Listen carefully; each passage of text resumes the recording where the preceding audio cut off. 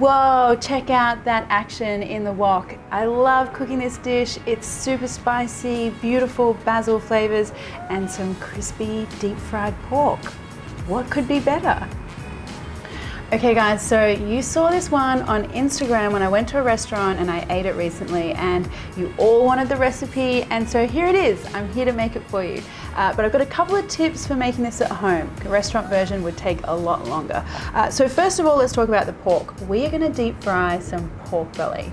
Pork belly buying tips. Okay, so try and find a pork belly that has a lot of meat, not too much fat, and it usually comes with the skin on. So for this dish, if we were gonna make it restaurant style, we would make what's called mul grob in Thai, and we would have really crispy pork skin, but that can take days, to be honest, to prepare all of that.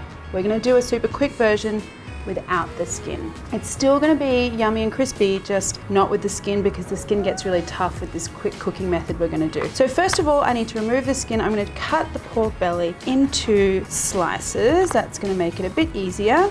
And now we just wanna make our first slice just underneath the skin here and a couple of centimeters in, basically creating like a little handle. Now we flip the pork over and rest your knife in between the skin and the meat. Now hold the knife steady and wiggle the skin, and then the skin just comes right off. And now that we've got our nice strips of pork, what we want to do is cut it into some slices. Around about a centimeter thick is pretty good. And now we need to generously season our pork, give it some love with a little bit of salt and some white pepper, ground white pepper. You could use ground black pepper as well. And get your hands right in there and massage that seasoning into all the little pieces. Now, a lot of people think of pork belly as something that needs to be either slow cooked or roasted. We are gonna do a double cook method today, which is very quick. So a quick deep fry and then a quick stir fry, and you'll see that the pork becomes really crispy, but it's still really tender. And now I just want a little light dusting with some flour. Now just grab a hold of a few pieces of pork and drop that into some hot oil. Why is deep frying things so satisfying? Now you want to do this in batches. Don't want to overcrowd the pan, because that makes the oil temperature drop, which means that you don't get the crispy texture that you're after. Just move these guys around a little bit, make sure they're all cooking nice and evenly. Now when that pork is a nice light blonde color, just scoop it out, drain it on some paper towel. Now you can see we've got a really nice light crispy crust on the outside of that pork, and that is going to stick to all the flavor and the chilies and the herbs when we go to do the stir frying. Now we need to do the spicy part. So if you have a look here, I have some different types of chilies here. I have some really spicy little ones and some larger mild ones. So the small ones here in Thailand we call pekinul, and you could use bird's eye chilies or any other chilies that are really spicy in your area. And this is what's going to give us the heat. And then I want some of these larger chilies, the mild ones, more for a bit of color and a little bit of flavor as well. And then I just want some rough slices of those. Now some garlic.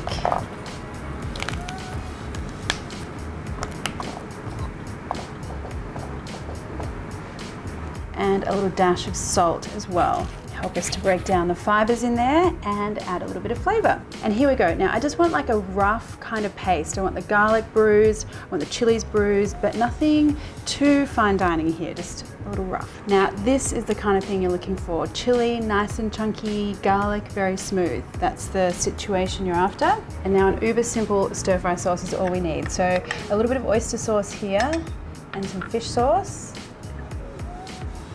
And a little bit of sugar for sweetness. Just give that a mix. Finally, the ingredient that really gives this dish the biggest character, and that is what's called hot basil, or in Thailand we call it Bangkok.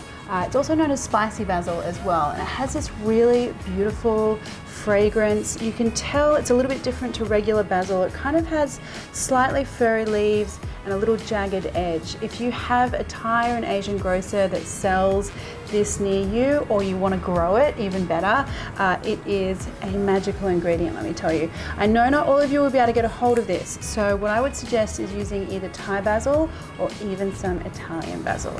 The key is that you want a lot of it. You should really get a nice hit of basil flavor when you eat this dish. Time for some wok action. When your wok is nice and hot, add some oil, and then be a little careful of the chili fumes because they're about to get hectic. Oh, that's so good. Okay, in goes the pork.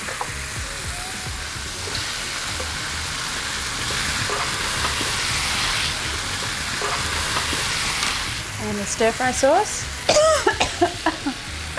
It's definitely like a sinus clearing dish, this one.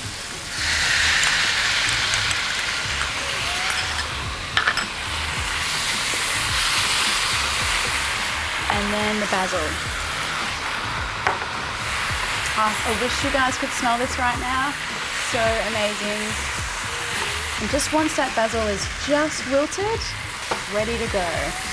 Okay, serve that up in all its spicy glory. And there you have it, guys, my home version of crispy pork in a Thai basil and chili stir fry.